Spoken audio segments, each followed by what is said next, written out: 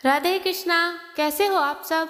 हम आशा करते हैं नारायण की कृपा से आप सब ठीक होंगे और स्वस्थ होंगे। आज हम आपके लिए लाए हैं माघ माह के शुक्ल पक्ष की एकादशी की व्रत कथा। एक बार धर्मराज युधिष्ठिर भगवान श्री कृष्ण से कहने लगे, हे भगवान, आपने माघ माह के कृष्ण पक्ष की षटतिला एकादशी का अत्यंत सुंदर वर्णन किया।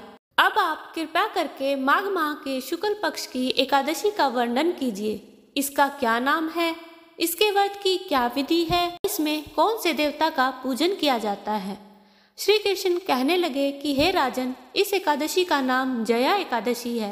इसका व्रत करने से मनुष्य ब्रह्मा हत्या आदि पापों से छूटकर मोक्ष को प्राप्त होता है तथा इसके प्रभाव से भूत पिशाच आदि योनियों से मुक्त हो जाता है।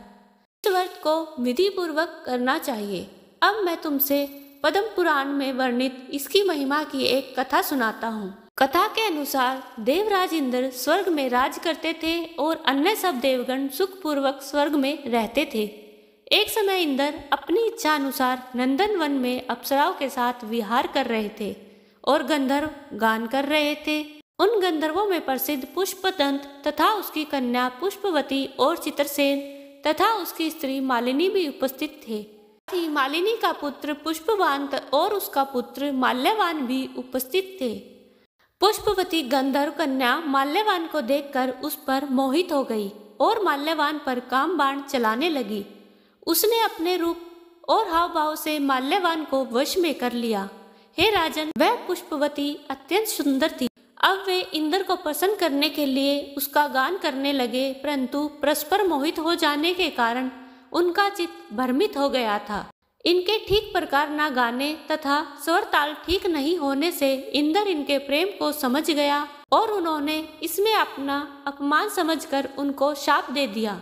इंद्र ने कहा कि हे मूर्खों, तुमने मेरी आज्ञा का उल्लंघन किया है, इसलिए तुम्हारा धिक्कार है। अब तुम दोनों स्त्री पुरुष के रूप में मृत्युलोक में जाकर पिशाच रूप धारण करो और अपने कर्म का फल भोगो। इंद्र का ऐसा शाप सुनकर वे अत्यंत दुखी हुए और हिमालय पर्वत पर दुखपूर्वक अपना जीवन व्यतीत करने लगे। उन्हें गंध, रस तथा स्पर्श आदि का कुछ भी ज्ञान नहीं था। वहां उनको महान दुख मिल रहे थे। उन्हें एक क्षण के लिए भी निद्रा नहीं आती थी। उस जगह अत्यंत शीत था तथा उनके रोंगटे खड़े रहते थे। शीत के मारे उनके दांत बजते रहते। एक दिन पिशाच ने अपनी स्त्री से कहा कि पिछले जन्म में हमने ऐसे कौन से पाप किए थे जिससे हमको यह दुखदायी पिशाच योनि प्राप्त हुई।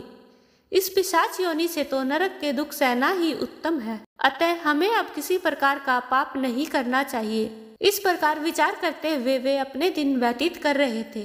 देवयोग से तभी माघ मास में शुक्ल पक्ष की जया एकादशी आई।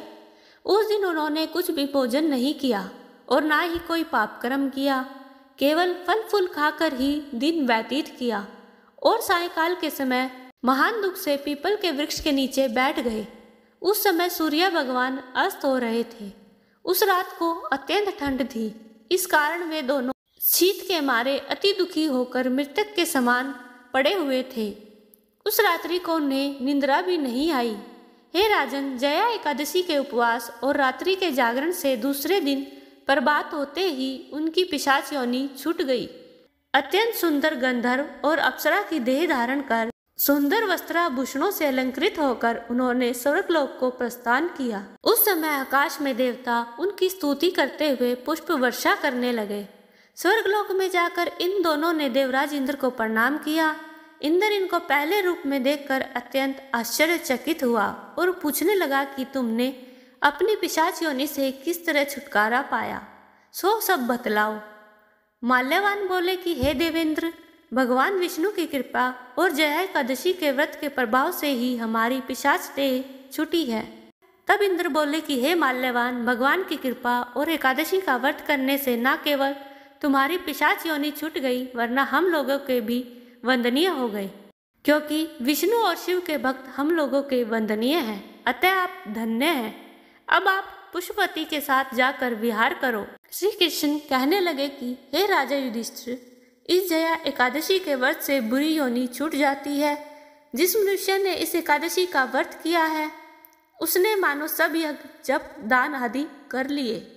जो मनुष्य जया एकादशी का व्रत करते हैं वे अवश्य ही 1000 वर्ष तक स्वर्ग में वास करते हैं। राधे कृष्णा।